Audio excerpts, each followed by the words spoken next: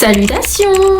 On se retrouve pour un nouveau thread Reddit et aujourd'hui je vous amène deux histoires dont une est assez longue, c'est pour ça que je fais que deux histoires. Vous allez voir, on commence tout de suite avec la première histoire. La première histoire s'appelle Du sang sur ma porte.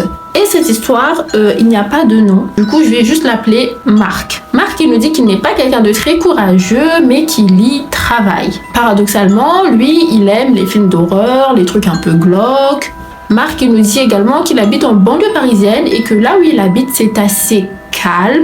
Et la ville où il habite n'est pas connue non plus pour être très agitée. Marc, il nous dit également qu'il connaît très bien les gens du voisinage et qu'il a même noué des liens avec eux. Mais il y a d'autres voisins avec qui il ne communique pas, soit par flemme, soit parce qu'il en a juste pas envie. Marc, il nous dit également que ça s'est passé il y a quelques semaines de cela. Dans le thread, il est sorti le 18 août 2022. J'ai fait le script le 19 août et le 20 août, je tourne. Donc aujourd'hui, on est le 20 août. Du coup, Marc, il nous dit que ça s'est passé seulement il y a quelques semaines. Il dit, il y a quelques semaines de cela, alors que mon épouse et moi étions déjà couchés, ni l'un ni l'autre n'arrivions à dormir. Sur les coups d'1h du matin, nous entendons des bruits qui venaient de l'appartement d'à côté. Marc rajoute également qu'il y avait des cris et des meubles qui se déplaçaient violemment. En fait, Marc et son épouse, ils sont dans leur appart et ils entendent des gros booms, des gros bruits. Ils se demandent ce que c'est. Ils savent juste que ça vient de l'appartement d'à côté. On ne sait pas ce que les voisins font, mais en tout cas, ils sont en train de crier. Peut-être ils sont en train de s'engueuler. Puis, au bout de quelques secondes, ils vont entendre la porte des voisins claquer. Et il y a quelqu'un à l'extérieur. Marc, il nous dit qu'il pense que les voisins se sont disputés et qu'il y a un qui a viré l'autre. Le voisin, il se met donc à tambouriner frénétiquement sur la porte, sauf que personne ne répond. Pas la porte de Marc, la porte du voisin, là où il a été viré, il se met à tambouriner pour pouvoir re-rentrer à l'intérieur. Sauf que personne ne répond. Après quelques secondes, Marc entend quelqu'un toquer à sa porte. Il a peur, il ne bouge pas. Son épouse, pareil, elle a peur, elle ne bouge pas. Moi, je les comprends d'ailleurs. S'il y a des cris et que tout d'un coup, quelqu'un vient toquer chez toi, c'est un peu normal que tu hésites à ouvrir la porte. Du coup, Marc et son épouse ne font rien. Chacun est silencieux, ils ne font pas de bruit. Le voisin, n'obtenant pas de réponse, il se met à marcher de nouveau vers la porte d'où il a été viré et se met de nouveau à toquer. Mais comme c'est sans réponse, il va faire des va-et-vient entre le couloir et le rez-de-chaussée. Après un moment, tout semble se calmer. Marc, il avance vers sa porte, il regarde à travers le petit œillet, il ne voit rien, le couloir est vide et il n'y a absolument personne. En revanche, la lumière du couloir est allumée, ce qui veut dire qu'il y a sûrement quelqu'un. Marc, il va vérifier sa porte par précaution, il va voir que sa porte n'est pas fermée, il va s'empresser de le fermer et il va sermonner son épouse en lui disant que il faut fermer les portes le soir parce que n'importe qui pourrait rentrer et que le voisin qui a toqué aurait pu ne pas toquer et entrer. Les secondes passent, les minutes passent. Les minutes passent encore. Et après quelques instants, quelqu'un vient de nouveau toquer sur la porte des voisins. Marc, il tend l'oreille et il entend « Police, ouvrez ». Là, Marc, il se dit que si la police a dû intervenir, c'est qu'il s'est passé vraiment quelque chose de hyper grave et que lui, il a bien fait de ne pas ouvrir cette porte. La police pénètre chez les voisins et les choses se calment. Marc, il est du coup dans son appartement, la nuit, il est 1h du mat, il fait sombre dehors et il commence à avoir des petits flashs à travers les volets de sa fenêtre. Il va s'approcher de sa fenêtre et il va voir que les policiers sont en fait en train de prendre en photo quelque chose. Après avoir vu cela, Marc, ce qu'il fait, c'est qu'il tire les volets et il retourne se coucher. Le lendemain matin, il prend son portable comme à ses habitudes le matin. Vous savez, il y a beaucoup de gens qui font ça le matin, ils se lèvent, ils prennent le téléphone pour regarder s'il y a des notifications, des messages, même pour regarder l'heure, pour regarder des défilés sur les réseaux sociaux, Instagram, Facebook et tout, tralala. Du coup, Marc, ce qu'il fait, c'est qu'il se lève le matin, il prend son portable, il défile. Et il rajoute que, en général, lui, il laisse son téléphone en mode avion la nuit pour éviter justement les notifications, pour éviter d'être embêté. Marc, ce qu'il fait, c'est qu'il va aller sur les réseaux sociaux, il va voir que ses voisins du dessous, justement, ils vont parler de ce qui s'était passé hier soir. Et il va voir les messages défiler. Premier message, qu'est-ce qui se passe à votre étage? Tout va bien? Deuxième message, je suis montée voir ce qui se passe. Il y a la police qui est là. et il y a du sang partout dans les escaliers et dans le couloir. Marc, quand il voit ça, il est étonné, il se dirige vers la porte d'entrée et il l'ouvre. Marc, il va constater plusieurs choses. Constat numéro 1, il va dire « Ma voisine est plus courageuse que moi car elle est montée à notre étage pour voir ce qui se passait. » Constat numéro 2, il y a bel et bien du sang partout dans le couloir, sur la porte de l'escalier et sur la nôtre. En fait, le voisin qui a frappé chez Marc était en fait ensanglanté. Pourquoi? On va voir ça plus tard. Il dit également « Je me suis rendu compte plus tard qu'il y en avait dans tout l'escalier, du premier jusqu'au deuxième étage. Je commence à culpabiliser. Ce voisin avait besoin d'aide et je n'ai pas été foutu de lui ouvrir. J'espère que ce n'est rien de grave.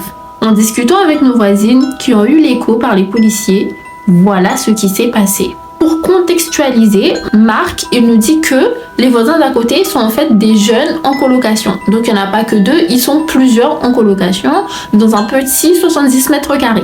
Il dit qu'ils sont environ 4 et 5 comme ça et ils pensent du coup que c'est pas facile pour eux. Il rajoute que ses voisins, donc ces jeunes, sont très polis et habituellement ils ne font pas beaucoup de dégâts, ils sont plutôt calmes et souriants.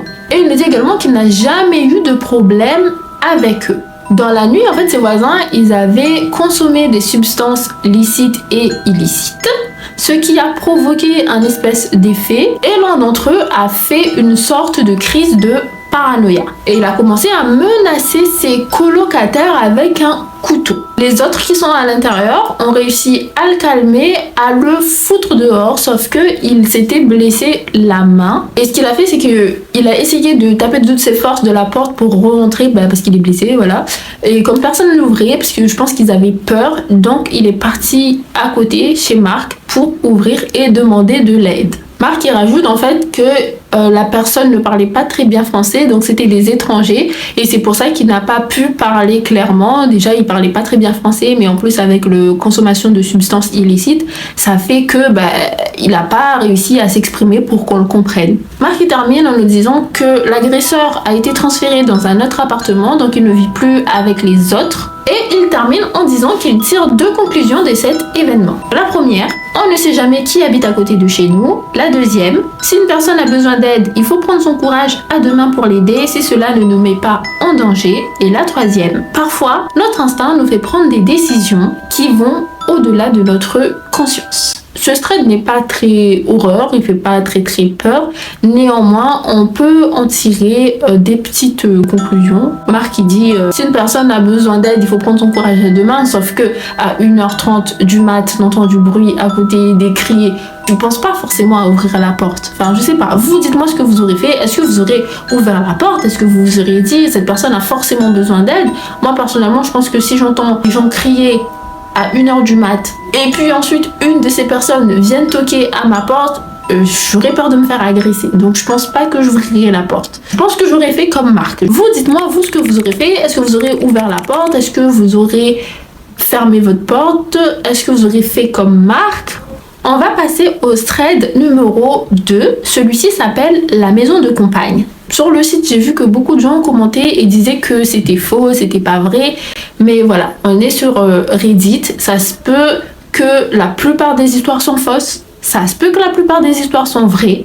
À voir. Et vous allez me dire si vous pensez que cette histoire, elle est vraie ou fausse. Si pour vous, cette histoire, elle est susceptible de se passer dans la vraie vie ou bien elle est complètement fictive. Cette histoire, c'est celui d'Alexandre. Alexandre, il a 16 ans, mais il en avait 12 au moment des faits. Alexandre, il nous dit qu'il faisait souvent des soirées avec ses amis parce que ses parents le laissaient énormément de liberté. Il avait également une meilleure amie qui s'appelait Mathilde et qui habitait dans une énorme maison de campagne. Il nous dit également que sa maison est assez conséquente et impressionnante et les deux, ils aimaient bien jouer à cache-cache dans les bois. Comme c'est une maison de campagne, juste à côté, il y a une espèce de forêt, il y a les bois. Il précise également que la maison n'est pas délimitée par des clôtures et que c'était tant mieux comme ça parce que son amie c'était une peureuse, donc elle sortait jamais de chez elle pour aller plus loin dans les bois. Elle restait toujours dans les alentours de sa maison. Un jour, Alexandre et Mathilde étaient en soirée pyjama et les parents de Mathilde étaient sortis, ils étaient partis au restaurant en amoureux. un petit dîner en tête-à-tête, rien que tous les deux. Donc, dans cette immense maison de campagne, il ne restait plus que 2 enfants, Mathilde et Alexandre. Et les deux, ce qu'ils ont décidé de faire, à 22h du mat, je précise, c'est de sortir de la maison pour aller jouer à cache-cache dans les bois. Mathilde, elle est partie se cacher et c'est Alexandre qui faisait le décompte, donc c'est lui qui comptait 1, 2, 3, 4, 5, 6. Alexandre, il nous dit qu'il a compté jusqu'à 100, puis il s'est retourné pour aller à la recherche de Mathilde. Au bout d'une demi-heure de recherche, Alexandre il commence à fatiguer, il trouve pas Mathilde, en plus il avait juste une lampe torche, il est 22h je rappelle. Alexandre, il en a marre, il a juste envie de retourner dans la maison, en plus il fait froid, il veut juste se rouler dans les couettes et dormir. Sauf que il se dit qu'il ne peut pas laisser Mathilde dehors tout seul dans ce froid et donc il continue de chercher. Donc Alexandre, il a continué de chercher sauf que c'était sans succès. Il a décidé de rentrer dans la maison, de prendre le téléphone fixe et d'appeler dans la maison d'un ami qui n'habitait pas loin. Quelque temps après, le père de son ami arrive et les deux sont désormais dans les bois en train de chercher Mathilde. Le père de cet ami, on va l'appeler Thomas. Thomas va demander à Alexandre de rentrer à la maison. Après tout, il a 12 ans, rester dans les bois n'est pas très fiable. Et Thomas, lui, il continue les recherches. Thomas, il a également appelé les parents de Mathilde pour prévenir ce qui s'est passé et ils ont dit qu'ils allaient arriver dans 30 minutes. Alexandre rentre dans la maison, il est seul et il entend la voix de Thomas qui crie « Mathilde! Mathilde !» Sauf que, au bout de quelques temps, Alexandre n'entend plus Thomas crier le nom de Mathilde. Il décide de monter sur la terrasse pour voir ce qui se passait. Et il va voir Thomas et Mathilde qui s'approchaient justement de la maison. Sauf que Alexandre, il va voir quelque chose derrière Thomas et Mathilde. Une espèce d'ombre. Alexandre regarde mieux et se rend compte en fait que c'est une personne. Une personne se trouvait dans les bois, derrière les arbres, un espèce de rictus sur les lèvres, et il regardait en direction d'Alexandre. Alexandre, il ne pense pas une seconde à Thomas et Mathilde, il prend peur, il descend rapidement pour fermer la porte à clé. L'homme étrange commence à se diriger vers la maison de campagne. Alexandre, il a peur, il voit une fenêtre. Il connaît très bien cette fenêtre puisqu'il a l'habitude de cette maison de campagne. Il passe à travers cette fenêtre et il court vers la rue. Une gentille dame va lui ouvrir ses portes. Alexandre, il avait fui en laissant Thomas et Mathilde à la merci de cet inconnu.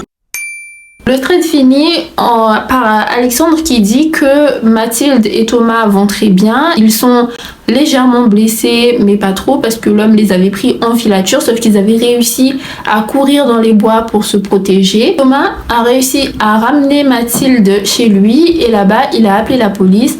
La police ne va jamais trouver cette personne. Alexandre, il nous dit, quant aux parents de Mathilde, ils sont malheureusement décédés en revenant à la maison pour essayer de nous sauver. Il ne nous donne pas plus d'informations sur pourquoi, comment ils sont décédés, accident de voiture, ou bien ils se sont fait attaquer par la personne en question, par cette ombre plutôt. Mais voilà. Et Alexandre, il nous dit qu'après cette histoire, Mathilde n'a plus jamais voulu entendre parler de lui. Et Alexandre, à partir de cette histoire, lui, il en faisait des cauchemars, paralysie du sommeil, etc., etc.